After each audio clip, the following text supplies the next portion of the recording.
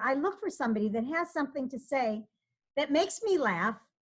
I'm an easy laugher, but I also think it through. And if I know what punchline you're about to say, I'm probably not going to laugh as much because I'm not as surprised. But if it's the right punchline, because I know comedy, and it's like dead on, that's what I would have said. Sometimes I'm with you. Okay.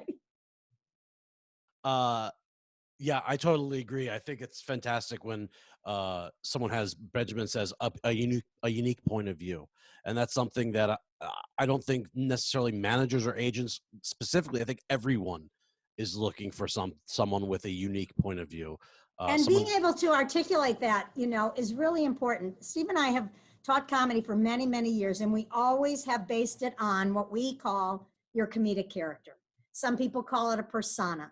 Some people, and it's not a fake thing. This is not a character like an SNL character, and suddenly I'm like, hi, how are you?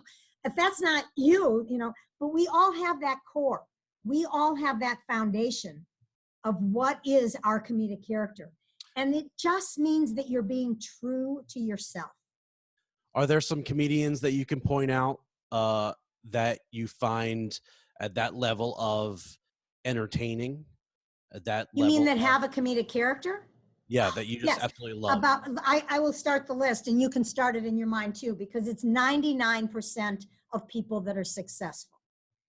If you find yourself laughing at who someone is while you're laughing at what they're saying, they've got a good comedic character. Let's start with Lewis Black, who spent lots of years finding who he was in answer to your person of an old guy.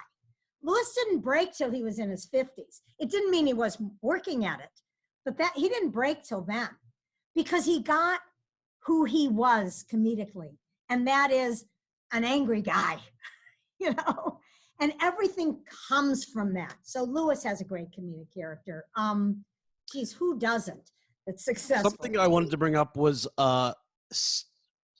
in the same light is stand-up versus alternative comedy. There's a lot of alternative comedy out there right now, and it's not stereotypical stand-up. I mean, especially now, but coming into this new age of digital, we saw a lot of it. I would go to a lot of variety shows in Los Angeles. And what is your feeling of that light of comedy? And okay, so starting in if you just start with the stand-up world, the stand-up world, Steve and I were a team, and so we didn't fit in, and somebody else used music, and so they didn't fit in, and there were, and stand-ups in the old days would be very elitist about, well, you're not a stand-up because you sang a song, or you're not a stand-up because there's two of you, or you're not a stand-up because fill in the blank. When I say stand-up, I mean funny, okay? And I remember when alternative comedy came into being, and it was Luna Park. I think Luna Park was the one here, and there was one in New York. There were two places, and people would call that alternative comedy. And then Montreal would have an alternative comedy night, and Andy, what? Kaufman. No, Andy Kindler. Oh, Kindler. Was back and forth. He'd do the stand-up, and then he'd organize the alternative night. Okay. And unfortunately, what a lot of the industry said about alternative comedy back then was, oh, you mean not funny comedy? Because it started out with that. But it grew. And people understood that there still have to be laughs. And so the word comedy still has to be in there, okay? And comedy means funny. So if it's funny, it's funny. I don't have any rules about funny. But there are some physics rules about what makes people laugh. And surprise makes people laugh. And I do care about laughs per minute, just like the talk shows care, because I don't want to sit through 5 minutes of you and I haven't smiled yet. If I'm at a comedy show, I'll do that if you tell me we're just going to sit down and have a conversation. But don't sell comedy when you're not going to have laughs. So that's my criteria, laughs. Do you have, Benjamin brought up a good point. Do you have tips or advice to channel an individual's comedic character? Oh my God. What a perfect time to tell you. All right. This is a book called How to Kill in Comedy. The husband wrote it. He finished it during COVID. Nice work.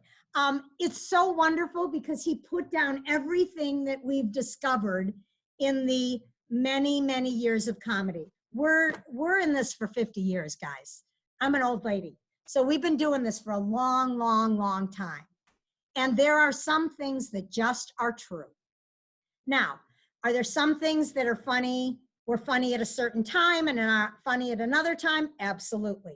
Is there political comedy that you have to understand the backdrop to understand the comedy? Absolutely. But in terms of finding your comedic character, what Steve always likes to say is, who were you in the sandbox when you were 5?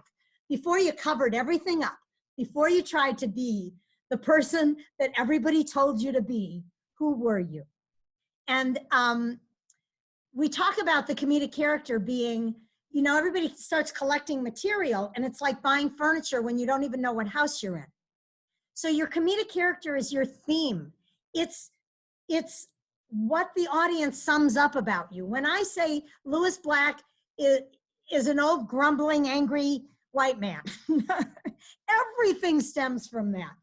Because he can tell you what people my age do. We can't even remember the word. We go, you know, the guy, you know, the guy. Yeah, I mean the guy. Oh yeah, the guy. He's doing that. We're laughing at that, okay? Because he found it. Steve can find your comedic character in 5 minutes. I'm sorry, he just does, you know? So when you know your theme, if you're gonna have a party, and you just say, I think I'll just have a party. You're going, so what do we serve? So what are the drinks?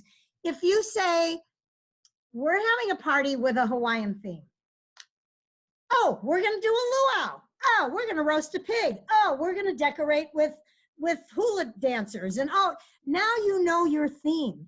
And the material just flows from that. It doesn't mean material you write that wasn't coming from your comedic character isn't funny, but oftentimes it has to be converted then. Because how does your character feel about what you're talking about? As opposed to observational comedy. And when you look at, some people make the mistake of thinking Seinfeld is an observational comic. He's not. He's a guy who has absolutely no life, observing what we all observe and criticizing that anybody cares about anything. So remember, when you want to go, I'm just an observational comic, that you are then giving up who you really are. You gotta be in your act. George Carlin said it. If you look for a clip, there's a clip from the Aspen Comedy Festival, which we are also used to go to years and years ago, where he was being interviewed, George was, and he said, he was doing all the hippy dippy weatherman and all that stuff. And he said, all of a sudden I realized I'm not in my act. None of that is me.